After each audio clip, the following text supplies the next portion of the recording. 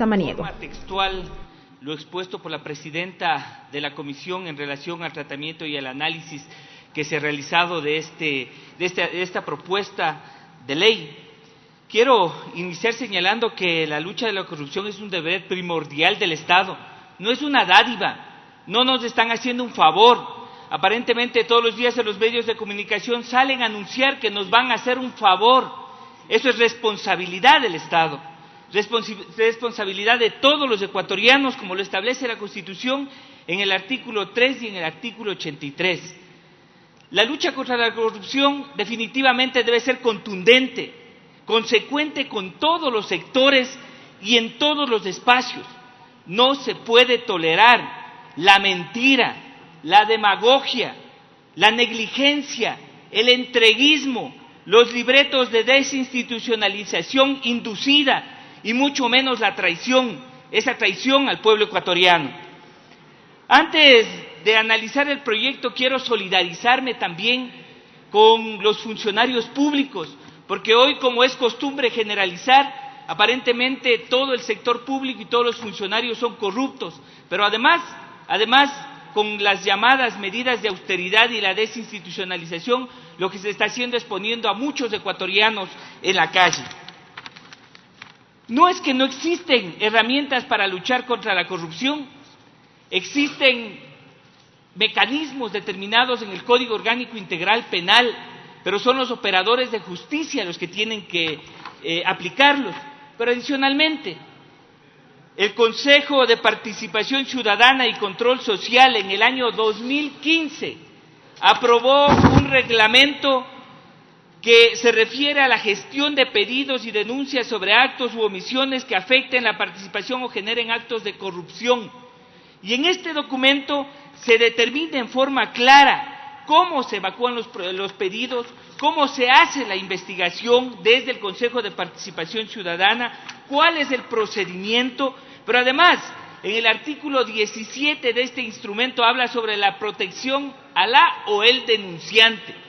Entonces, esto fundamentalmente articulado con las competencias que tiene la Fiscalía General del Estado, y ahí concuerdo, no podemos tener procedimientos parapenales que le den la competencia en unos casos al Ministerio del Interior y en otros casos, como en otra ley que se está analizando en otra comisión, al Consejo de Participación Ciudadana, desnaturalizando las competencias y la obligación que tiene la Fiscalía General del Estado, pero como demuestro que tiene también el Consejo de Participación Ciudadana.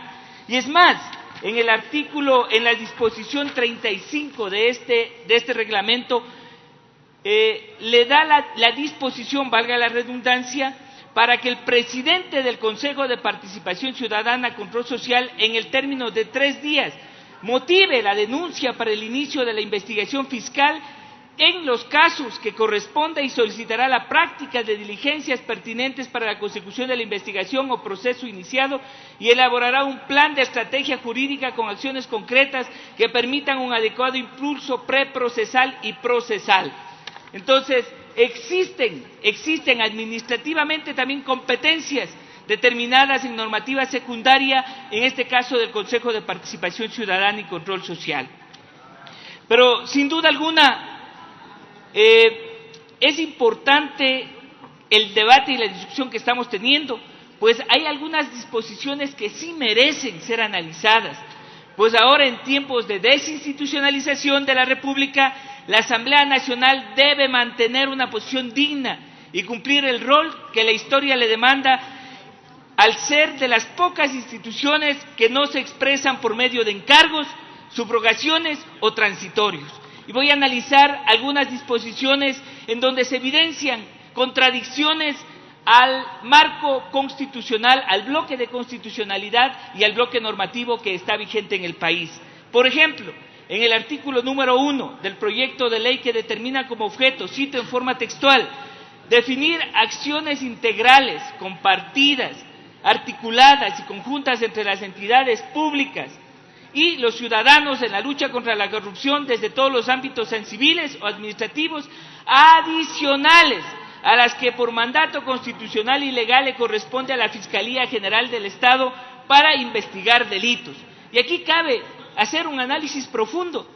Al respecto, hay que considerar lo que dice el artículo 195 de la Constitución de la República, que establece que la doctrina conoce como titularidad de la acción penal, misma que en el modelo constitucional ecuatoriano le corresponde a la Fiscalía General del Estado, entregando la acción exclusiva, reserva, de realizar la investigación preprocesal y procesal penal ante presuntos delitos de frente a indicios de acciones penales. El crear un procedimiento adicional, vuelvo a repetir, un procedimiento para penal y para constitucional, significa una vulneración constitucional a la seguridad jurídica establecida en el artículo 82 de la Constitución de la República del Ecuador, y aquello constituiría un vicio de inconstitucionalidad de fondo. Yo no me puedo permitir analizar y decir esta partecita está bien y esta partecita está mal. Existe, como demuestro, compañeros y compañeros, un vicio de inconstitucionalidad de fondo. A eso hay que sumar que el presente artículo contradice directamente el principio de reserva, unidad penal que desarrolla el COIP en el artículo 17, en donde textualmente se prescribe lo siguiente: las acciones u omisiones punibles, las penas, los procedimientos penales previstos en otras normas jurídicas no tendrán validez jurídica alguna, salvo en materia de niñez y adolescencia. Entonces, compañeros, existe normativa constitucional que está siendo violentada con esta propuesta, pero además también el mismo Código Orgánico Integral Penal. En el artículo 2 se pretende promover la existencia de delatores. Al respecto existe una contradicción de sentido, pues un delator por acción u omisión estaría involucrado en el presunto ilícito, y en ese caso, tal como dispone el inciso final de la disposición, no podría acceder a los beneficios de la ley. Por tal motivo, la institución jurídica de cooperación eficaz, determinada en el artículo 491 del Código Orgánico Integral Penal, es mucho más viable, pues es aplicable a quien estuviese inmerso en el cometimiento de infracciones por acciones u omisiones. En tal virtud, la propuesta del artículo 2 no es eficaz al momento de cumplir con el fin para el que se propone. Y yo quiero hacerme algunas preguntas en este momento. ¿Es el Ministerio del Interior quien tiene que investigar y juzgar delitos? Es más, dictar procedimientos para asignar compensaciones. ¿Acaso la investigación no es responsabilidad de la Fiscalía? Yo creo que en sentido propositivo deberíamos contestarnos estas preguntas para poder hacer planteamientos en el marco constitucional y legal y que realmente signifiquen una lucha frontal contra la corrupción.